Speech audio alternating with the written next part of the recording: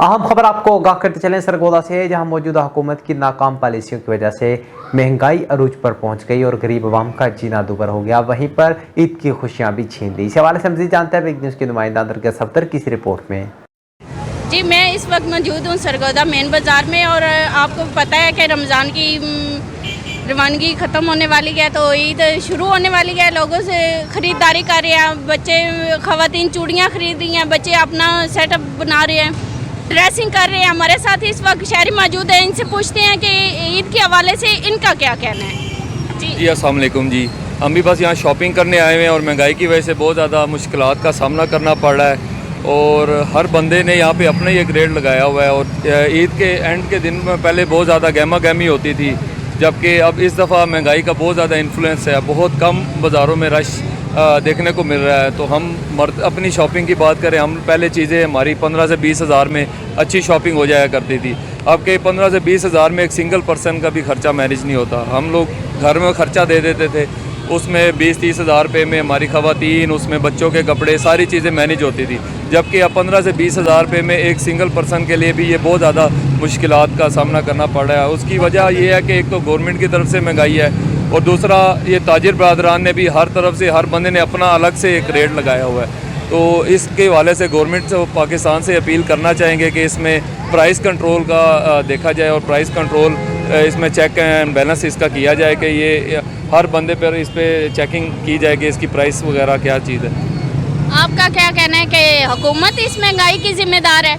नहीं, इसमें हुकूमत इस महंगाई की ज़िम्मेदार डायरेक्टली नहीं है, इसमें हम सब लोग भी इसके अंदर ज़िम्मेदार होते हैं। जो स्पेशली ये जो ताजिर बरादरान होते हैं ये इसके अंदर ज़िम्मेदार हैं। ईद के ऊपर जिस तरह रमज़ान शरीफ में आप देखें तो आम जो दिनों में आपको फ्रूट ही देख लें आप, उसमें रेट और होता है कंपैरेटिवली। जब रमज़ानुल मुबारक शुरू होता है तो बजाय उसका रेट कम होने के गरीब और हर बंदा इस ईद उल फितर या इस रमज़ान से मुस्तफ़ीद हो सके तो उसका रेट बढ़ा देते हैं। इसी तरह ईद के ऊपर भी यही सीज़न लगाते हैं ताजिर बरादरान, तो जिसका जो दिल करता है मन चाहा वो अपना रेट लगाकर उससे आवाम को लूट रहे हैं।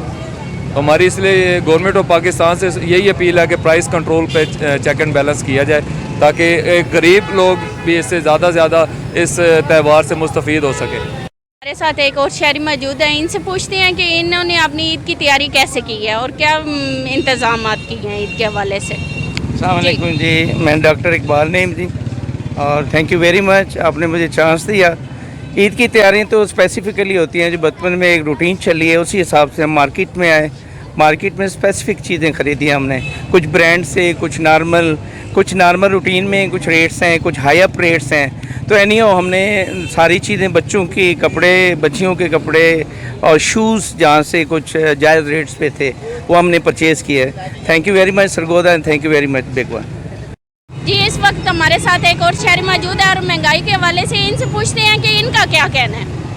अस्सलाम वालेकुम, मैं भी अभी जो है ना अभी आया हूँ यहाँ पे और आके देखा भी यार, मैं ख़रीदारी भी करने की ना मतलब कर रहा था तो मैंने काफ़ी ये चीज़ नोट किया कि चलो हम तो फिर भी कोई चीज़ परचेज़ कर सकते हैं, लेकिन काफ़ी पब्लिक यहाँ पे ऐसी है जो चीज़ें लेने के पैसे भी नहीं और इन्फ्लेशन महंगाई ने उनको भी कमर काफ़ी हद तक तोड़ दी हुई है।